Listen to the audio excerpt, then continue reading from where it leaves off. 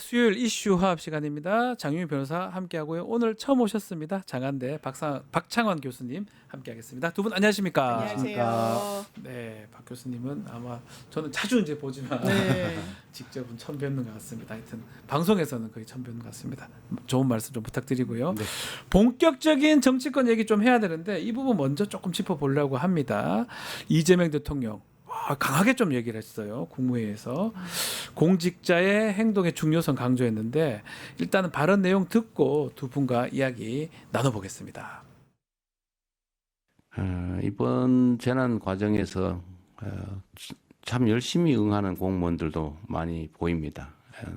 우수 사례, 모범 사례들을 최대한 발굴해서 타의 모범이 될 수 있도록 조치해 주시기 바라고, 또 한편으로 보면 시민들이, 국민들이 죽어가는 그 엄혹한 현장에서 음주 가무를 즐기거나 그 대책 없이 행동하는 정신 나간 공직자들에 대해서는 아주 엄히 단속하기를 바랍니다.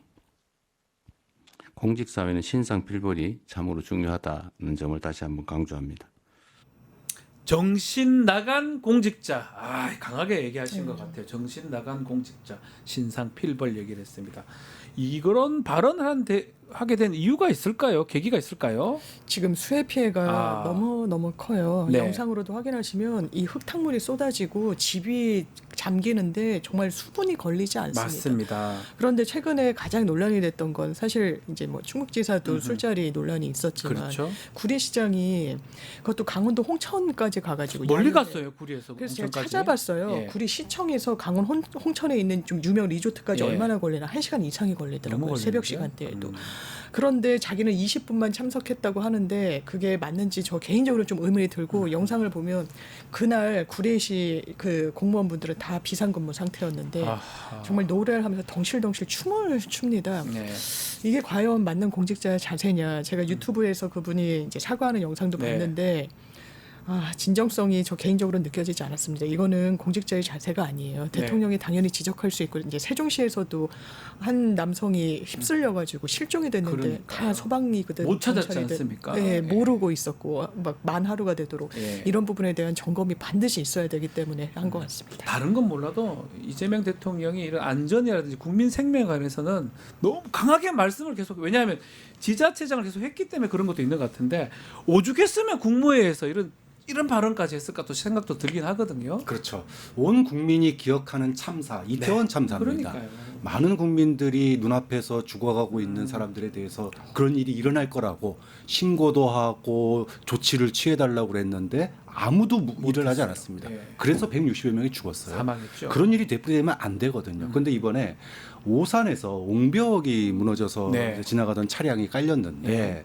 이것도 사실은 사전에 신고가 있었다는 겁니다. 자, 이런 일들이 수차례 반복되면 이재명 정부에서도 이태원 참사 같은 이런 대형 참사가 일어나지 말라는 법이 없는 거예요. 맞습니다. 이 부분을 이재명 대통령이 굉장히 우려하고 있다.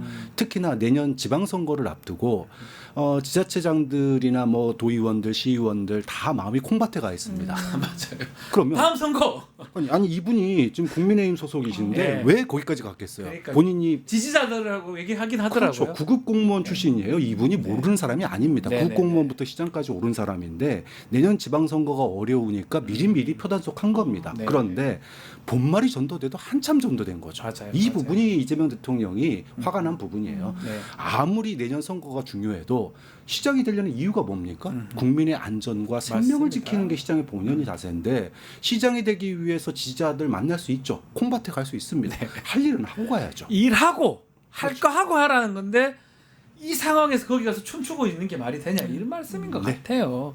자, 이 국무회의 자리 신임 장관 9명도 같이 참석을 했습니다. 근데 또 뭐 이름을 또 기억을 못하는 분도 있었던 것 같고요.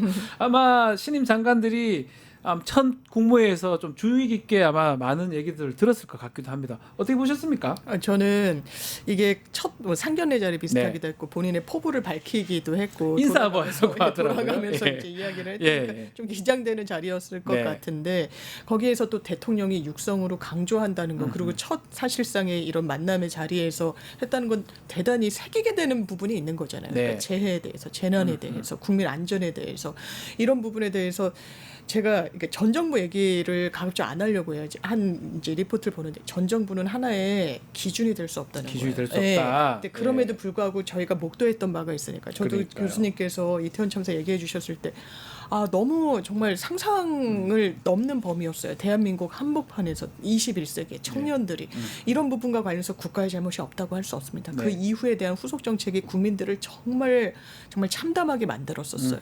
이런 부분에 대한 자기 반성이 정말 확실하게 있어야 된다. 이게 정상 국가인 거예요. 진보 보수의 문제도 아니라고 저는 생각합니다. 그러니까 더 강조할 수밖에 없고 지금 또 재난이 과거의 재난과는 완전히 스케일이며 이 예상 범위를 넘는 부분도 있어가지고 달라졌죠. 예. 예. 그래서 참 중요한 메시지를 대통령이 의미 있는 첫 자리에서 던졌다 이런 생각이 듭니다. 또 장군님께서 언제나 변함없는 우리 박찬 교수님 반갑습니다. 한결같다고 이렇게 말씀을 주십니다. 이런 측면에서 이재명 대통령 또 지자체장 이렇게 성남시장 경기지사 대통령까지 하면서 그 부분은 한결같은 것 같아요. 안전 부분에 대해서는 정말 꼼꼼하게 따지는 거 아니냐 그 생각도 듭니다. 네, 뭐 네, 그 장관들한테 네. 이제 소위 말해서 이제 이거 국회의원 때와 다르다 네. 이렇게 이제 그러니까요. 압박을 했잖아요. 근데 보면은 국회의원은 1인 헌법기관이에요. 맞아요. 사실은 우리가 그 1인 헌법기관 중소기업 사장쯤 되는 건데 본인이 자율성이 있거든요. 네. 본인이 시간도 조절할 수 있고 뭐도 할 수 있고 그런데 장관, 국무위원이 되면 본인의 자율성이 없습니다.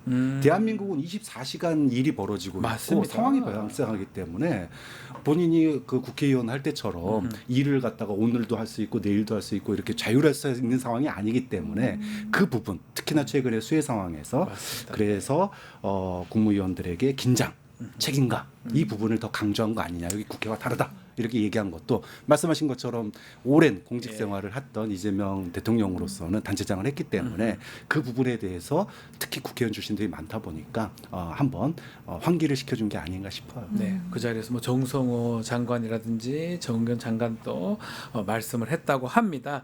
자, 그럼에도 이제 인사가 진행 중인데 좀 논란이 되는 인사들이 좀 있습니다. 네. 특히 강준욱 국민통합비서관 계엄 옹호했던 것 때문에 네, 논란이 네. 됐었는데 결국은 자진 사퇴를 했습니다. 스스로 결정을 한 거네요. 그렇죠. 그렇게 봐야 됩니까? 그런데 앞에 선택지는 없었던 것 같아요. 그게 무엇이 됐든 간에 이제 계엄에 대해서 이게 과거에 옹호하고 이게 민주적인 뭐 폭거에 대한 반민주적인 방식의 대응이었다라는 네. 그런 이야기를 하는 것도 사실 민주당 지지자들 이재명 대통령을 지지하고 좀 개헌 국면에서 엄호했던 그런 분들의 마음에 상처가 되는 말이죠. 이제 대통령실에서 그 직후에는 초기에는 근데 자기 반성이 있었고 검증 네. 과정에서 이것을 몰랐던 바는 아니란 취지로 이야기를 하면서 본인이 정말 오해했고 오인했고 대통령에 대해서도 그랬고 왜냐하면 대통령을 되게 폄훼하면서 얘기한 것도 되게 많아요. 맞아요. 그래서 한번 그 추이를 보자라는 국면까지 다다랐는데 그 이후에 알려졌던 과거의 발언들은 이제 수용 범위를 넘은 것 같습니다. 너무 나는 놀랍습니다. 강제징용을 믿지 않는다. 나는 이 뭐 식민지 근대화론을 믿는다라고 이야기를 했을 뿐만 아니라 위안부를 거리에서 그냥 거의 납치하듯이 데려갔다는 건 일본인들의 그 존경할 만한 성정상 본인은 믿기가 어렵다고 이야기를 해요. 이런 부분과 관련해서 왜냐하면 수용할 수 있는 범위가 있고 사회에서 정말 가지치기를 해야 되는 그런 사상과 생각이 있는데 정말 가지치기를 당해야 되는 사람이 이게 통합의 명목으로 비서관 자리를 하는 것이 맞느냐라는 의문이 당내에서도 당권 주자들도 강하게 내비쳤기 때문에 이건 다른 방도는 없었던 것 같습니다. 아니 저는 본인이 3월 달이니까 몇 달 전에 썼던 책 아닙니까? 그럼 그런 제안이 들어오면 이게 발각이 될 수밖에 없는데 또 여러 가지 글들도 본인이 썼었고 그런 얘기 들어오더라도 안 해야 되는 거 아니냐 그걸 넙죽해놓고 이렇게 난리를 치면 교수님 어떻게 보셨어요? 이 자진 사퇴까지? 뭐 맞죠, 사실은.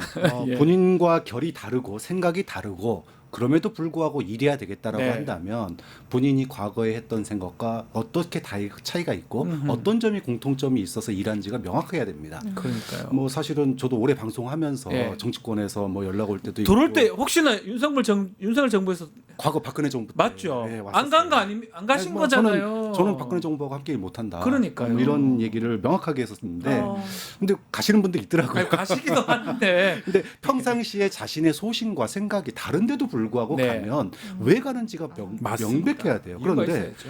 이게 그냥 한두 개의 문제가 아니에요. 말씀하신 것처럼 이재명 대통령이야 모두의 대통령이 되겠다. 통합의 의지 이걸 가지고 반대편도 수용하겠다라고 하는 의지로 제안을 하신 거잖아요. 네. 그러면 본인이 어떻게 해서 이재명 대통령의 무엇과 내가 국민통합비서관이 되면 무엇을 하겠다라는 생각이 명확해야 되는데 자리를 위해서 간 게 아니냐라는 생각이 들 수밖에 없는 거예요. 이게 아니 이재명이 대통령 되면 전체주의 뭐 독재 국가가 될 거다 해놓고 자기가 비서관 되면 어떻게 됩니까? 어떻게 해요?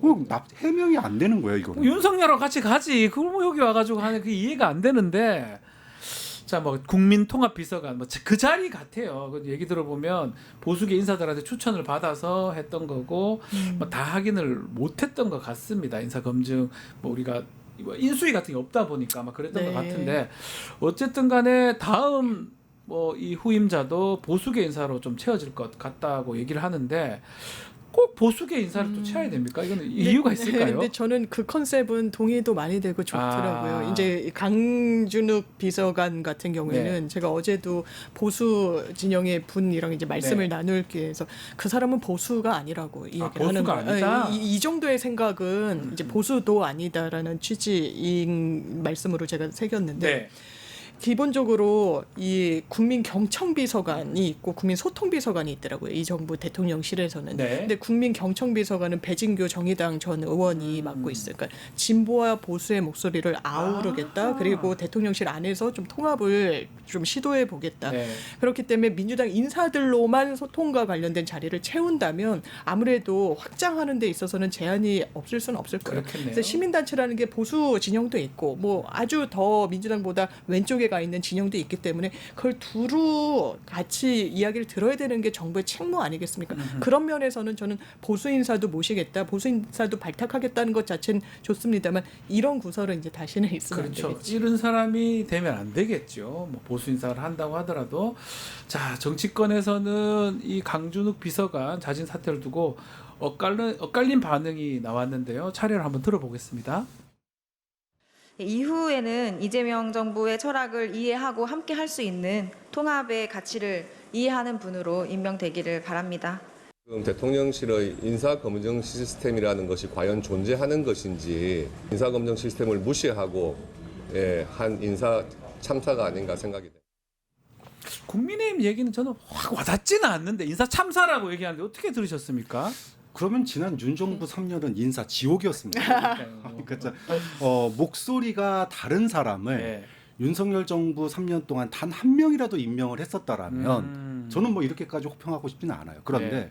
지난 3년 동안 정말로 극우 인사 일색으로 이재명 대통령 말 따르면은 시멘트로 그냥 올려놓은 거 아니에요. 시멘트 포대체로 올려놓은 거 아니에요. 네네네. 그러니까 툭 치치가 무너지는 거죠. 저는 그런 점에서 대통령이 시멘트로만 어떻게 단단해지겠냐. 네. 물도 필요하고 자갈도 필요하고 굉장히 저 인상 깊었거든요. 네. 좀 그런 점에서 물론 그 과정에서 헌법의 테두리를 넘어서는 사람까지 포용하는 거는 참 한계가 있다. 네. 이게 명확하게 드러난 거예요. 그럼 대통령도 주어진 권한은 헌법의 테두리 아닌 겁니다. 그러니까 헌법의 테두리를 넘어서고 그거를 옹호하는 사람들까지 함께 가는 거는 통합이라고 보기에는 조금 너무 넘었기 때문에 이런 일이 발생한 건데 어쨌든 뭐 이거는 국민의힘이 인사 참사 얘기하니까 뭐 저는 인사 지옥이었다 이렇게 빼고할 수밖에 없네요. 아니 강준욱 비서관 전 비서관은 국민의힘하고 좀 결이 비슷한 거 아닌가요? 그렇죠. 저만 그렇게 생각하나요? 아니 저도 인사 참사라는 자기 게, 편 뽑아줬는 거 아니에요? 어째 이상하긴 이상하지만 수석 대변이란 분이 인사 참사 얘기하는데 참사라는 단어는 지금 그러니까요. 솔직히 국민의힘에 더 걸맞아요. 본인들이 그 얘기를 할 거예요. 자기 편 뽑아줬는데 네.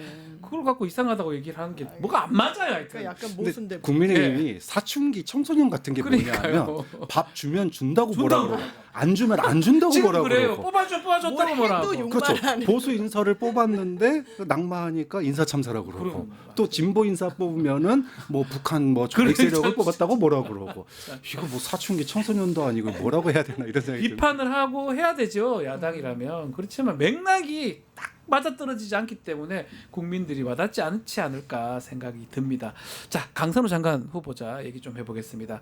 인사청문 보고서 재성부시한 내일로 못 받고 돌려보냈거든요.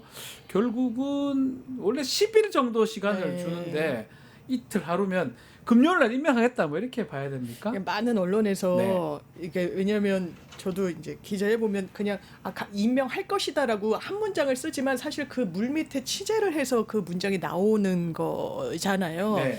그러니까 아마 대통령실의 기류나 당에서 건의했다는 의견 같은 거를 취재해서 그렇게 전망하는 게 아닐까라고 저는 이제 생각이 드는데 원래는 말씀 주신 대로 인사청문회법에 따르면 재송부 시한이라는 건 열흘까지도 설정이 12일까지 가능하고 가능하죠. 그러니까 초기에는 그러니까 어제도 이제 초반에는 12일의 말미를 주는 것으로 진행이 된다라는 강경 식으로 대변인이 그렇게 했었죠. 얘기가 나왔지만 네. 결과적으로 이제 이틀로 됐고 이틀이란 건 기본적으로 촉박한 시간이지만 네. 언론의 추이를 보기에는 그래도 어떻게 보면은 적당한 시간이라고 판단했던 것 같아요. 아하. 그러니까 이게 임명 강행 수순이라는 그 판단이 틀렸다라고까지는 할 수 없겠습니다만 정말 정치는 생물이고 움직이다 보니까 이 이틀의 또 변수를 한번 보고자 하는 의도도 없지는 않지 않았을까 동안. 생각이 듭니다. 교수님 이번 강선 후보자는 좀 어떻게 보셨습니까? 임명 과정이요. 우려가 많이 있죠. 네. 특히나 이게 대통령의 지지율 하락에 네. 영향을 주고 있는 게 사실이거든요. 2% 3% 빠진 게 이거 네. 아닌가 생각도 현재 듭니다. 논란인데 2% 3%인데 네. 이 논란이 그냥 가라앉지를 않으니까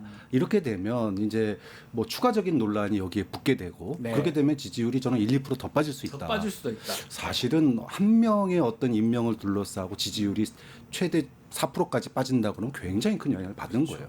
그런데 저는 숙고의 시간을 좀 가질 거라고 생각을 했는데 이틀밖에. 뭐 사실상 뭐 재송부를 한 걸로 이제 이미 나오고 있기 때문에 허물이 있더라도 안고 가겠다. 뭐 이런 인사권자의 의지가 있는 것 같아요. 네. 그러면 이제는 뭐 임명이 사실상 수순에 들어간 거기 때문에 결국은 결과로 얘기할 수밖에 없지 않느냐. 네. 그러니까 뭐 실적을 내놔라. 좋다. 이렇게 지지층이 우려하는데도 불구하고 임명을 했으면 앞으로 여가부의 정책 그리고 어떤 성과 이걸로써 이제 얘기할 수밖에 없지 않을까 뭐 이렇게 봅니다. 자, 그럼 뭐 조금 남긴 했지만 이제 1기 내각 인선이 거의 끝나갑니다. 이제 임명 정도만 남은 것 같은데요. 좀 총평 한번 좀 듣고 싶어요. 잘한 인사는 뭐고 또 조금 아쉬운 점도 있을 것 같고요. 장 변호사님 전 어땠습니까? 전반적으로는 잘된 인사라고 생각해요. 특히 이제 저는 이게 계엄의 끝자락에서 새 정부가 탄생을 했기 때문에 국방장관은 거의 70년 만인가요? 네. 어쨌든 민간 통제가 이 시대 정신에 맞습니다. 부합했고 그래서 안규백 의원이 전문성도 상당히 또 많이 이 의정 활동을 하면서 축적이 됐고 그건 뭐 여야 거의 이론의 여지가 없더라고요. 네.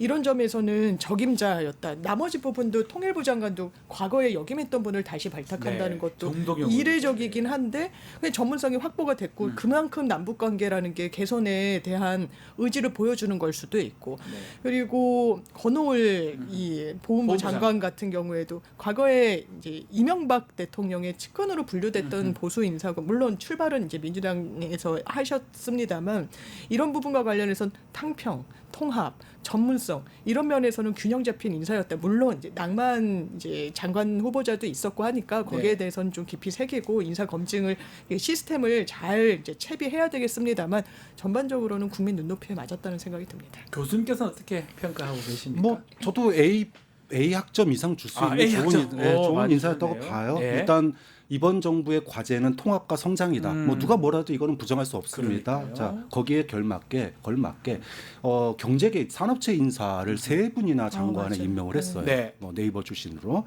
그리고 또 원전 관련 기업으로 굉장히 저는 큰 의미가 있었다. 역시 이재명 정부는 경제구나 이걸 네. 보여줬다고 보고요. 또 보수 출신과 민노총 위원장 출신을 동시에 발탁한 진짜 거. 그거는 뭐. 이거는 그 역대 누구도 해보지 못한 예. 일이거든요. 정말 민노총 위원장 출신이 장관 되는 날이 진짜 왔구나. 깜짝 놀랐습니다. 진짜. 근데 거기에 또 그 보수 인사까지 함께 예. 발탁을 하니까 이것도 쇼킹했고요. 네. 저는 가장 놀라운 점은 어떤 점입니까?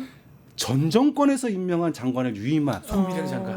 정권 교체가 되면 그치. 정권 교체가 되면 사람도 바뀌고 정책도 바뀌고 다 바뀌어 버리잖아요. 네. 연속성이 없었는데 저는 공무원들에게 주는 메시지가 뚜렷한 것 같아요. 자, 늘공은 어때야 되느냐? 국민이 바뀌면 국민이 바뀔 수 있죠. 예, 예. 우로도 갈 수 있고 좌로도 갈 수 있습니다. 예. 그러면 그 공무원들도 최대한 거기에 국민의 뜻에 맞추기 위해서 노력해야 된다. 또 그런 사람을 정권이 바뀐다고 전 정권에서 뽑았다고 이렇게 내치는 것이 아니라 네. 아껴 쓰고 나눠 쓰고 바꿔 쓰고 잘 해서 저는 이건 되게 참신했다. 그리고 앞으로 다음 정권도 정권 교체가 되더라도 전 정권 인사 중에 괜찮은 사람들은 계속 쓰는 관행은 앞으로 좀 대한민국 정치의 좀 새로운 바램으로 좀 이어졌으면 좋겠다. 이런 평가를 하고 싶습니다. 알겠습니다. 자, 여야 전당대회 얘기도 좀 해보겠습니다. 8월 22일 날 국민의힘 전당대회가 열립니다. 근데 전한기 씨가 지금 입당을 했었어요. 우리도 모르는 사이에 전유관이야 네. 분명히. 전한길 씨 때문에 반탄, 그러니까 윤석열 탄핵을 반대하는 또 찬성하는 찬반 구도로 지금 흘러가는 분위기입니다. 지금 어떻게 보십니까 전당대회? 그러니까 출로를 전혀 못 찾고 있는 것 같아요. 그러니까요. 전당대회가 하나의 그래도 쇄신의 분기점이 돼야 되는데 그냥 더 과거로 함몰되고 있어요. 전환길 씨 이슈로. 이거는 정확하게 지도부에서 끊어내야 되는 거예요. 이거 다른 이론의 여지가 없는 거예요. 혁신이와 전환길이라는 사람이 대표하는 그 부분은 양립할 수 없어요. 네. 그리고 윤 어겐을 외치는 사람들은 국민의힘에 그 자체로 해당 행위를 하는 겁니다. 네. 그런데 품는 게 용광로 확장이다. 이게 정치는 사람을 같이 하는 거지 왜 이 사람을 쳐내려고 하느냐. 이거는 본인의 기득권과 무관하지 않습니다. 거기에 일정 포션이 있거든요. 극우와 관련해서.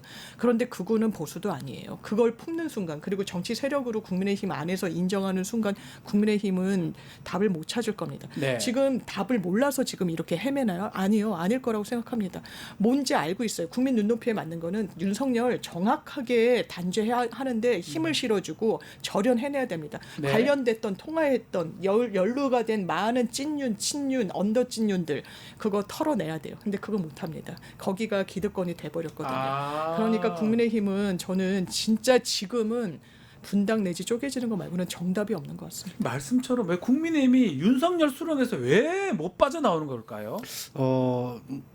그 얘기하기 전에 저 예, 한 가지 같이요. 이게 전한길 씨 개인의 판단으로 입당한 게 아니다라는 그렇게 거예요. 보십니까? 왜냐하면 아하. 전한길 씨 개인이 들어가서 뭐 나 입당했다. 뭐 이거 사실은 입당 시점과 밝힌 시점에 차이가 있어요. 한 달 정도 한 달 정도. 있다면서요. 예. 그러면 이 한 달 전에 입당했을 때 얘기하지 왜 지금에서 얘기했냐? 하필이면, 네. 저는 타이밍이 모스탄의 방안이 있었고요. 윤석열의 재판 출석 거부 그리고 네. 특검 출석 거부가 이 전한길 씨 입당 시기와 겹칩니다. 공개 시기하고 결국은 극우 세력이 그동안의 국민의힘의 전당대회는 소위 친윤 청산, 인적 쇄신 이게 핵심 주제였어요. 네. 그런데 전한길 씨의 입당 문제가 빵 터지면서 구도가 말씀하신 대로 찬탄 반탄 석 달 전으로 샥 돌아갔습니다. 백투더 퓨처 했어요. 선거 때로서 대선 전으로 그렇죠. 돌아가 버렸어요. 이거는 기획이라는 겁니다. 제가 봤을 때는 기획, 극우 세력의 기획이다. 조직적인 저는 움직임이고요. 결국은 국민의힘이 너 어디 무슨 뭐 인적 쇄신 뭐 친윤 뭐 청산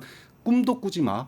우리 대거 여기 들어갈 거야. 예. 저는 전한길 씨가 입당이 되든 안 되든 그 움직임은 이미 그걸로 가시화가 된 거고 네. 그렇기 때문에 이미 국민의힘의 이 전당대회는 극우들의 놀이터가 되고 있다.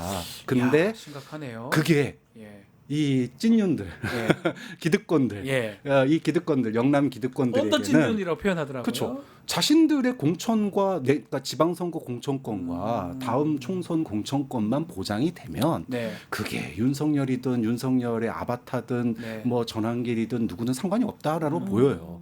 그게 상관이 있었으면 만약에 전한길 씨의 입당이나 또는 뭐 윤석열 전 대통령이 재판 거부하는 거나 모스탄 방한하는 게 자기들이 다음 총선에 소위 당선되는데 어려움 그러니까 걸림돌이 된다면 네. 아마 선 긋지 말라고 해도 그랬을 겁니다.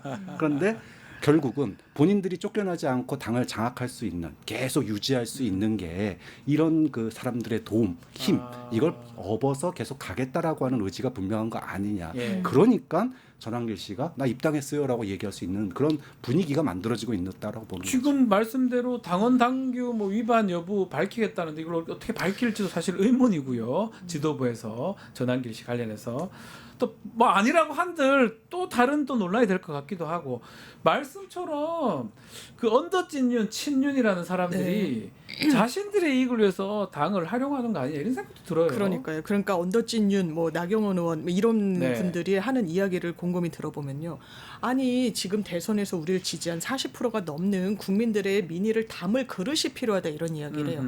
그게 질적으로 그 표를 보면은 이게 국민의힘의 좋은 신호의 표가 아닙니다. 특정 지역에 너무 매몰돼 있어요. 그렇죠. 그런데 문제는 이 매몰된 특정 지역의 지역구를 가진 의원들이 107명의 대부분이라는 거예요. 내 지역구에서는 대선에서 이겼거든요. 다른 수도권이야 서울이나 경기권이 지든 말든 여기서만 표 잘 갖고만 나는 내 이렇게 하면 기득권을 된다. 유지할 수 있거든요. 그러니까 거기에 함몰된 정치를 국민의힘이 안 한다고 말 못할 겁니다. 예. 그 정치에 매몰돼 있는 거예요. 그게 말씀 주신 대로 윤석열의 아바타든 극우든 상관없어요. 내 그냥 이득을 유지하는 데 도움이 된다면. 그러니까 이 판을 굳이 흐트러뜨리고 확장성을 가져가고 국민 눈높이에 맞는 쇄신을 할 동인이 본인 안에 갇혀 있는 정치인, 이건 정치인이라고 저는 보지 않습니다만 네. 그럴 동인이 없는 거예요. 그러니까 홍준표 전 시장이 정확하게 일가를 하는 거예요. 당신들은 정치 결사체도 아니다. 정치라는 건 지향과 방향성을 공유하면서 그 방향으로 뚜벅뚜벅 걸어가는 겁니다. 네. 아니요, 완전 역행하고 있죠. 그러니까 이익 결사체예요. 지금의 국민의힘은. 그 지금 뭐 한동훈 전 대표도 지금 있고 좀 출마 선언한 사람들도 많아요. 조경태, 뭐 장동혁, 안철수. 또 이 보면 친한계도 분명히 있잖아요. 친한계는 조금 결은 다른 것 같거든요. 역할을 좀 할 수 있을까요? 당선 가능성이라든지. 그러니까 지금 이제 논란의 중심이 전환길 입당이 하나의 그 큰 이슈로 들어왔어요. 그러니까요. 저는 아마 친윤 쪽에서 전환길 입당은 저는 당원 자격 심사를 통해서 걸러낼 가능성이 있다고 봐요. 걸러낼 수는 있다. 왜? 이미 효과 다 봤어요. 이미 신호가 올라갔습니다. 신호탄 벌써 다 딱 떴기 했어요. 때문에 할 만큼 다 그분들 했어요. 입당들 예. 다 하고 예. 그분들 전당대회 이미 개입할 준비 다 끝냈고 그럼 전환길 씨는 효과 다 봤으니까 그럼 자기는 모양새만 갖춰주고 나가는 거죠. 자 그러면 결국은 이런 상황에서 과연 그 20, 30%의 당 의지 의원수를 가진 친한계가 뭘 할 수 있을까? 그게 좀 그러다 보니 나와도 뭐 할 수 있겠냐? 이것 때문에 결국은 아직도 출마를 고심하고 있는 거 아니냐? 출마를 할까요? 한동훈 전 대표 어떻습니까? 또 조경태 의원이 또 해버려가지고 같은 그러니까요. 개파 봐야 되는 거 아닌가 싶기도 쉽지 하고요. 않을 것 같아요. 왜냐하면 나와서 또 떨어지게 되면 이 정치적인 타격이 굉장히 큽니다. 나올 때마다 떨어지게 되면 안 그렇죠. 되는 거니까. 그리고 또 지금 당이 극우로 움직이는 모양새가 뚜렷하면 네. 거기서 본인이 할 수 있는 일들이 별로 없거든요. 오히려 그러면은 그 차후를 모색하는 게 더 나을 수도 있어요. 앞으로, 왜냐하면 그 친한계도 그 주변에 있는 분들이 이번 뛰고 그 다음을 봅시다라고 얘기하는 게 전당대회 당원들의 움직임이 어떻게 되는지 도대체 당원들은 무슨 생각 가지고 있는지 이 부분에 대해서 확신을 못 하고 있기 때문에 네. 결국은 출마를 주저하는 거 아니냐 이렇게 보는 거죠. 민주당 얘기도 좀 해보겠습니다. 전당대회 지금 순회 경선 하고 있는데 수회 때문에 지금 순회 경선을 미뤄서 8월 2일 날 합쳐서 한다 이런 얘기가 있습니다.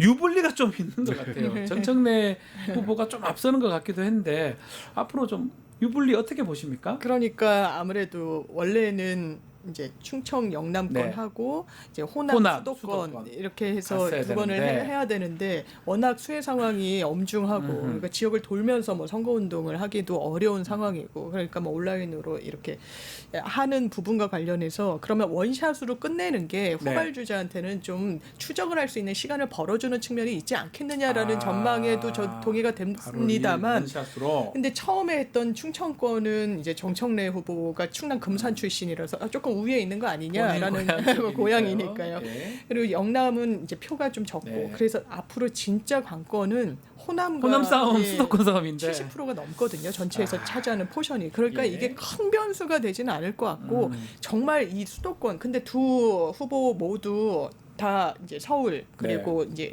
인천. 이 지역구를 갖고 있으니까 거기에 대해서 이제 차별성이 크게 있지는 않습니다만 그러면 서울 수도권 호남의 표심이 과연 충남 영남과 동일하게 갈 것이냐 아니면 좀 다른 선택을 할 것이냐 그게 진짜 변수인 것 같습니다. 어떻게 보십니까? 저는 뭐 교수님. 국민의힘의 우경화의 나비 효과가 전당대회에 미치고 있다고 봐요. 우경화의 나비 효과. 네, 국민의힘이 만약에 변화와 쇄신의 노력을 하면 민주당도 더 세련되게 우리가 해야 된다라고 생각이 들 거예요. 그런데 국민의힘의 우경화가 너무 투박해요. 네. 전환길 씨가 입당한다 그러고 쌍권 안 물러난다 예. 그러고 자 이런 상황에 민주당 당원들은 무슨 생각하겠습니까? 열받죠. 화나죠.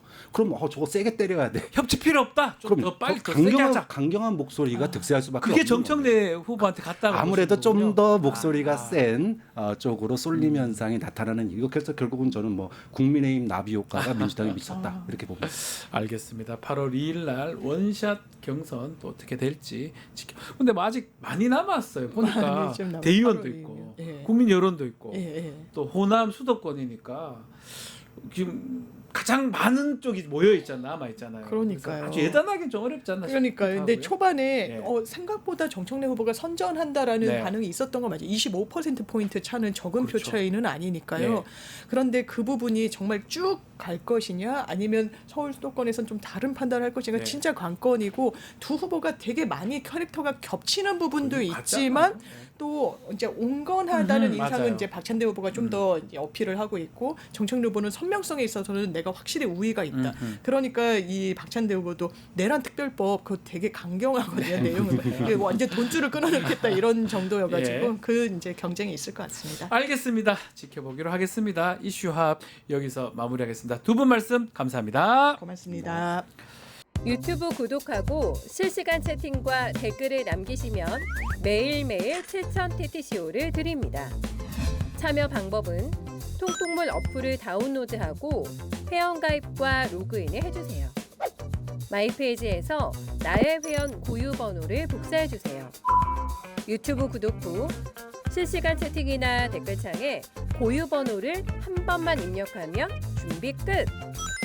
지금 유튜브 채팅과 댓글 쓰기 참여하고 7,000TTCO 받아가세요.